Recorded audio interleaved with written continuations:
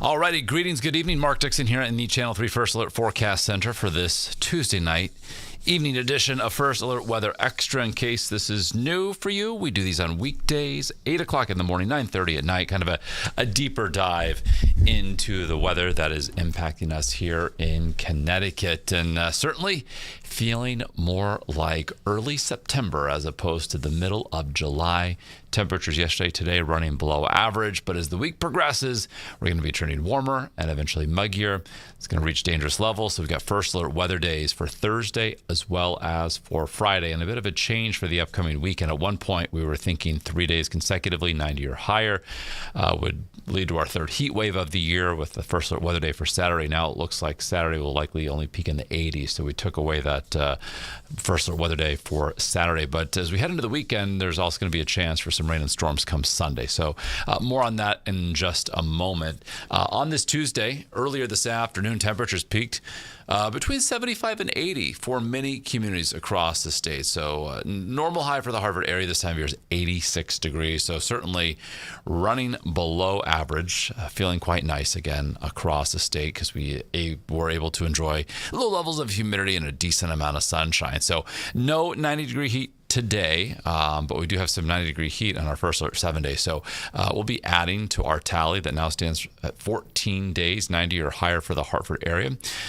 So we've got potentially 3 more days coming. We've got Thursday, Friday, and then Tuesday of next week. So the month has been certainly running above average, 2 degrees above average compared to normal to date.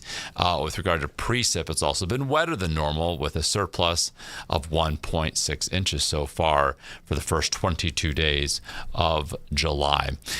So for tonight, it's going to be cool again. Temperatures below average. Perhaps if you've yet to do so, open the windows, turn on a ceiling fan, enjoy this cooler night. Give the air conditioning a break because temps tomorrow climb back to those more typical levels for this time of year in the low and mid 80s. And then Thursday, we're hotter, we're muggier. Our first alert weather day. Then we have a second one for Friday, downright humid with even the possibility of record heat. So far this year, we've hit 99 once and 98 once. We're forecasting 97, so it could be our third hottest day so far of 2025 coming up as we close out the week on Friday. From Waterbury right now, 64 degrees, a calm wind, a mainly clear sky overhead. Our view from Hartford, great visibility, 70 there at Brainerd Airport. From New Haven, you can see the Pearl Harbor Memorial Bridge, 75 degrees, a south-southwest wind at 8, and from New London, a calm wind and 66 degrees. So we're as cool as 59 right now in Salisbury, and as we just showed you from New Haven, that's the warm spot on the map at 75. Eastern Connecticut in the mid and upper 60s. So compared to this time last night, we're actually down a little bit. We've got dew point values from many 50s inland, low 60s along the shoreline. So again, down several degrees for most of the state compared to 9 o'clock last night, and nearly 10 degrees cooler in Groton. So the wind has gone calm. We've got that dry air in place and a mainly clear sky, so that's allowing those temperatures to drop off like they have so far. So that will be the general theme as we head through the overnight hours. You can see across the region, not a whole lot happening. Quiet weather here across Connecticut, southern New England, and the Northeast for that matter. So these are current readings across the region. So mid-60s up across Maine, but look down toward the nation's capital, 80 degrees in Washington. That is also where we find some of the muggier air, at least relatively speaking, dew point values well into the 60s down to our southwest. So all of that warmer, muggier air has been suppressed with high pressure and control. But as high pressure moves offshore and we have clockwise flow around a high, as the high moves away and offshore, our wind flow becomes south and then southwesterly. So that's going to help to pump in some warmer and eventually some muggier air. So we've got temperatures tonight, the bottom out in the low and mid 50s, absolutely beautiful. If you're someone who does outdoor fitness, perhaps running, or like to do a little walk around your neighborhood, last couple of weeks, I feel like we've constantly been battling high levels of humidity. Not the case if you're going to be out early tomorrow morning, logging some miles. I do a boot camp There's no air conditioning, so this will certainly feel much, much nicer than the past couple of days, or since like last week, for instance. This morning was also quite nice. So it's basically a short-lived round of cooler, less humid weather. So here's our forecast time map for tomorrow. This is Wednesday afternoon. Low and mid 80s inland, upper 70s, low 80s along the 95 corridor. So these temperatures pretty close to average for this time of year. So speaking of tomorrow, on the heat risk map for our Wednesday, shades of yellow all across the region. No issues, no impacts from the heat and humidity.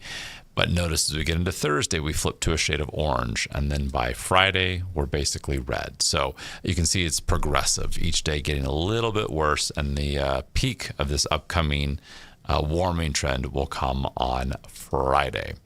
So check a first alert futurecast. This is Thursday. High pressure continue to move farther offshore, kind of dissipating, breaking down. And then we've got this frontal system, this area of low pressure moving from the Great Lakes into eastern Canada. And this boundary eventually heads in our direction. But before it gets here on Friday afternoon, temperatures are going to be rather toasty.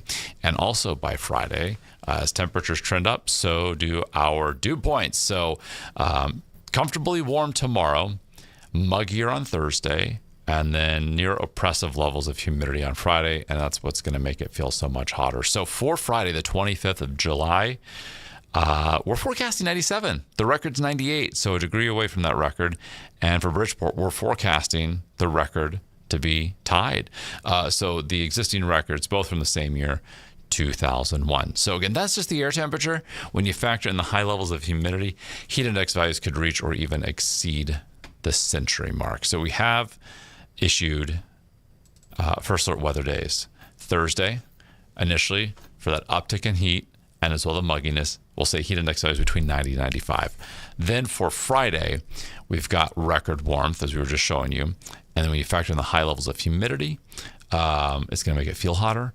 And then we've got the chance for some late day storms in association with the arrival of that cold front that's going to be moving in. So at one point, that boundary was going to stall nearby to where we were going to stay pretty hot, pretty humid, also unsettled on Saturday. Now it looks like high pressure could push that boundary far enough to our south that Saturday's primarily dry. So outside of perhaps an isolated shower, and the chance for that's looking pretty slim, we're forecasting mid and upper 80s. So not a heat wave any longer. At one point, we were forecasting Thursday, Friday, Saturday to be 90 or higher.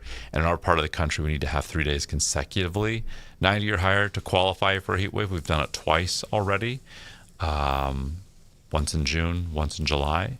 But not in this 7-day forecast. Again, we've dropped temperatures for Saturday and looking like we'll get a bit of a break from the heat and the humidity and as well any sort of wet weather. Now, Sunday, there's perhaps a better chance for some afternoon and evening storms.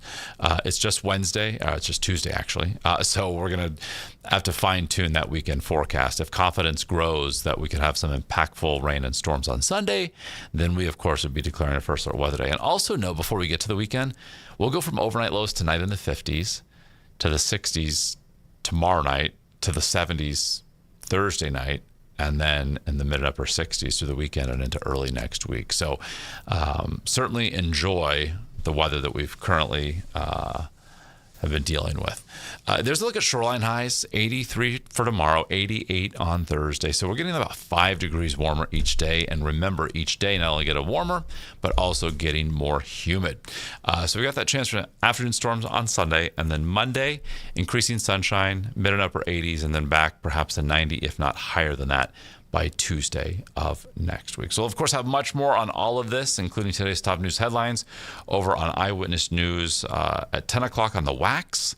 And then, of course, Channel 3 Eyewitness News at 11 o'clock. So check us out, WAX, and as well on WFSB for updates. And again, if you're just joining us for the first time, our first alert weather extras happen on weekdays, 8 o'clock in the morning, and then again at 9:30 at night. We're streaming live here on WFSB Plus.